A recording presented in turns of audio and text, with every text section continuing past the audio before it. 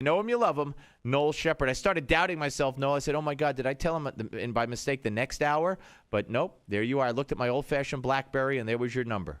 Yeah, no, Skype is having problems, not letting me in. I don't know whether you people are having problems today. No, and you know what? NSA, we just played Leno making an NSA joke. I said your name in the same right out of the cut, and now you can't get on Skype. I fear that there's a connection. It's very, very possible. Actually, I did see a drone coming over my backyard.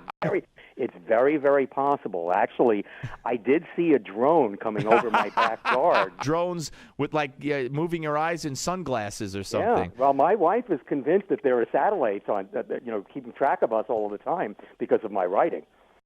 Well, I wouldn't be surprised, and let's start. Let's start with Leno was one, but I remember it was Ed Asner who you pointed out said that Hollywood didn't speak out against. Remember the bombing of Syria that we were talking about, and Hollywood wouldn't speak out against that because they were afraid of being called racist. Well, here's one guy, Frankie Muniz, who was a former star of Malcolm in the Middle, and we could put cut 43 up for the folks watching at Newsmax TV. He had an interesting tweet, did he not?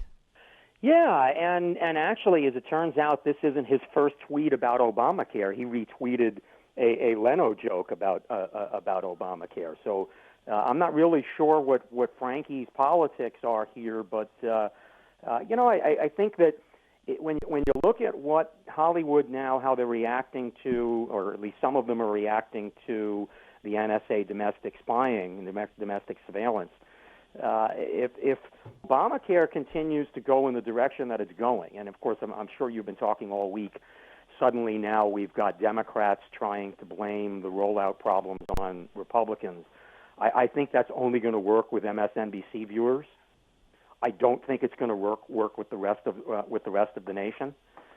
So it'd be interesting here if we really start seeing, because Hollywood clearly was behind Obamacare. I think Hollywood probably wants it to go a step further, go to single payer. So they sit back and they watch what's going on with this awful rollout. Be interesting to start seeing some defections. Absolutely, and just for the record, the tweet said from Frankie Muniz, this Obamacare launch is an embarrassment to the American people. How many more promises have to be broken? So kudos to him. Yeah. Now Jon Stewart is another one. And Jon Stewart, boy, oh boy, did he do a job, and you wrote about this back at the beginning of the week, did he do a job on Obama on his show? This will be cut 37. Let's hit cut 37.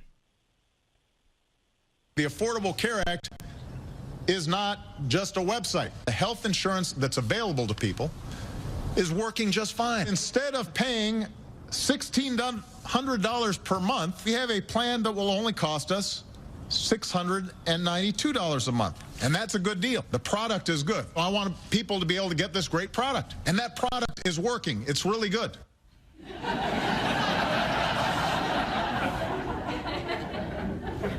When did the President of the United States turn into Gil from The Simpsons? And for those like me who didn't know who Gil from The Simpsons was, here's cut 38. Ah, she's a beaut. You can't beat a Coleco. How many can I put you down for? A lot? Please say a lot. I need this. He just wants to think it's a good product. All right, but listen. He didn't stop, baby. Ron Popeil kept on selling. You just heard Janice's story. She owns her own small business. She recently became the first woman to enroll in coverage through Delaware's exchange. So that's one. People say you can't use the website. Have you told them about Janice? From Delaware? Hey, but you know what? God bless. She signed up. She deserves to be up there to prove that this can be done easily. And then he went on to say, of course, she's not married anymore. She had to change her name, this and that, but she's got the insurance. So it's pretty cool for Jon Stewart to do that. It actually was marvelous, and it reminded me of, I don't know whether you and I have spoken about this, but, Stewart, prior to George W. Bush getting elected, was actually, The Daily Show was a must-watch. It was really marvelous stuff.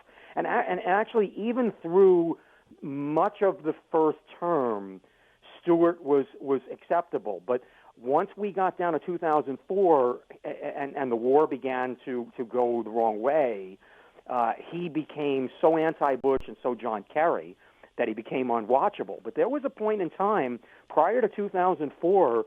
This was really a fabulous show, and this reminded me of what he used to do before he seemed to feel that he had to be totally in bed with Democrats. And this was a blast from the past. It was really a very funny, enjoyable segment. It was. It really was. We're talking to Noel Sheppard, associate editor of Newsbusters.org, here on the Steve Malzberg Show. Okay, here's a story that you were kind enough to pick up on from our show. Senator Marco Rubio weighing in on, and it's funny. Earlier I had on Christopher Parker, the co-author of the book Bashing the Tea Party, Change They Can't Believe In, who says the Tea Party's racist. But I had him on. I thought he was actually we were going to go at it, and he disagrees with what Grayson did. He thought Grayson went too far in his comparison to the KKK. But I asked Marco Rubio about what Grayson did, because they're both from Florida, and he had this to say, and he brought up the media cut 6. Well, it's not surprising. This is an individual who's had a history of outrageous and ridiculous claims and comments, and he's not held accountable by anybody. The mainstream media just kind of ignores it. If that were a Republican or a conservative, of course, they'd be calling for their resignation. There'd be mass protests, but you won't hear any talk about that. And I think it just exposes the hypocrisy in the mainstream media. But I'm not surprised that this individual did that. I mean, he's been embarrassing the state of Florida now for the better part of 4 to 6 years. Bravo. Yeah, well, and it's interesting. You know, this guy Grayson is so off the hook, and I don't know. Did you see Krauthammer's interview with Stewart? Because with Jon Stewart, it yes. was actually quite well, and he brought this up. He said that the media likes to talk about some of the extreme wing of the Republican Party and call them wackos, but there's nobody as crazy in the Republican Party as Alan Grayson is in the Democrat Party. No, absolutely not. It's not even close. And there's nobody as crazy in the Republican Party as Maxine Waters. It's not even close. And there's nobody as crazy, if you remember, was it Shirley McKinney? Oh, no, Cynthia McKinney. Cynthia McKinney, yeah. No, from Atlanta. She was a congresswoman from Atlanta. She's now, last I saw of her a few days ago, she was in Syria blasting the U.S. Oh, yeah, that was one of my pieces. Yeah. Yep. In Syria, blasting the United States, a former congresswoman. Yeah. On extraordinary. So, yeah, I mean, I thought Rubio was spot on, and I think that if we had an honest media, our catchphrase here, if we had an honest media, they'd be calling Grayson out for those remarks. I mean, there's no question. And by the way, they'd also be calling out, I mean, MSNBC should have censured, and this isn't something that you and I were going to talk about, but they should have censured Chris Hayes for his KKK thing a couple of days ago. He put 3 kings from a deck of cards in the background on the screen behind him, and one had the head, if I'm not mistaken, Rubio, Cruz, and who was the other? I think it's Mike Lee. Yeah. Right. So and that KKK. As I think it was George Carlin said years ago, you don't have to be Fellini to figure that out. Yeah, absolutely. Yeah. All right. Well, let's talk a little bit about Cruz now. Another story that you did. I think this one was yesterday. Ted Cruz being called a racist. Matthews went nuts on him because he had the nerve to go back home to Texas after the shutdown and all the craziness and said, it feels so good to be back in real America. Right. And Matthews took that innocent statement, which everyone in the world has made as a politician, and turned it into this guy's a virulent racist. And now, because he said the Obamacare website was run by Nigerian email scammers, who there are Nigerian email scammers. There are. Now he's a racist. Here's cut 44. Get a load of this from Congressman. Well, this is Michael Eric Dyson and Congressman Matt Cartwright from Pennsylvania, Democrat. 44. I think they have to cringe when they hear things like what you quoted Senator Cruz saying at the top of the show. I mean, jokes about Nigerian scammers. I wonder how much off the cuff that really was and how calculated it was to appeal to Senator Cruz's base, many of whom believe that the president is from Africa. Oh, my God. No, I mean, what's so dishonest about this, and it certainly it's possible that Michael Eric Dyson isn't familiar with Nigerian email scams. Or the congressman, I guess. But the congressman certainly should be. And sure. Joe Walsh wrote about this and all of the outrage. I became a bank manager in 1989, and one of the first scams that I was apprised of by my bosses was the Nigerian mail fraud. I mean, the FBI has a whole page at its website about Nigerian mail fraud. They've been around since the early 80s. And in your piece at newsbusters.org, you actually quote from the FBI website the warning about the Nigerian scams. Yeah, it was a very, very serious problem in the 80s. They typically were going after seniors. They would send a letter to a senior saying, you've been awarded this. There's money that's going to be coming to you for this, blah, blah, blah, blah, blah. All we need is your information. And this has been around for a while, and it's so well known. It's so part of the culture, for lack of a better term. Late-night comedians have been making jokes about Nigerian email and about Nigerian mail fraud for decades. I think I remember Johnny Carson making a joke about it. I've heard Jay Leno make jokes about this. But no, Ted Cruz makes a joke about it. He's racist. Yeah, it is so sickening. All right, and one more for you, and that's Jeff Greenfield, of all people, of PBS, formerly, of course, of ABC for so many years, and CBS. But anyway, he's on MSNBC with this roundtable, this panel of David Corn, Jody Reed, Katrina vanden Heuvel, and he actually called them advocates. Yep. Here's cut number 9. Give a listen to cut number 9. One of the things that struck me about Obama when he came out, and frankly, I have felt this about the president since he was campaigning, he talks too much. So you think he should be less transparent? A 28-minute speech is 26 minutes too long about what happened. It was surrounded by the same kind of, human props, that poor pregnant diabetic who almost collapsed. It was too long.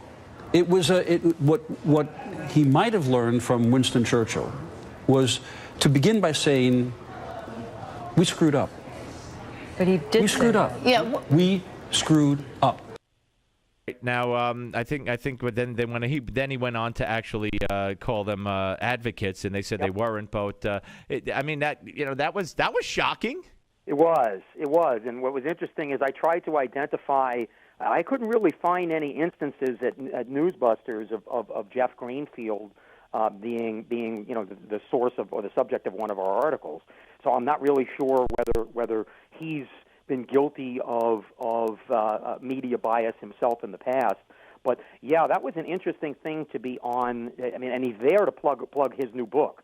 So it's kind of interesting to be on MSNBC with David Corn, Joy Reid, Katrina vanden Heuvel, and Alex Wagner. Now, to put it in perspective, Alex Wagner and vanden Heuvel both write for The Nation. Right, right. Vanden Heuvel is the editor. She's the editor, yeah. These people are as far left as you can get in America, and there he is talking about how they're advocates. I thought it was really delicious. Yeah, good for him, got some guts left in him. All right, my friend, big week, and I'm sure next week will be another big week, and we thank you for your time as always, sir.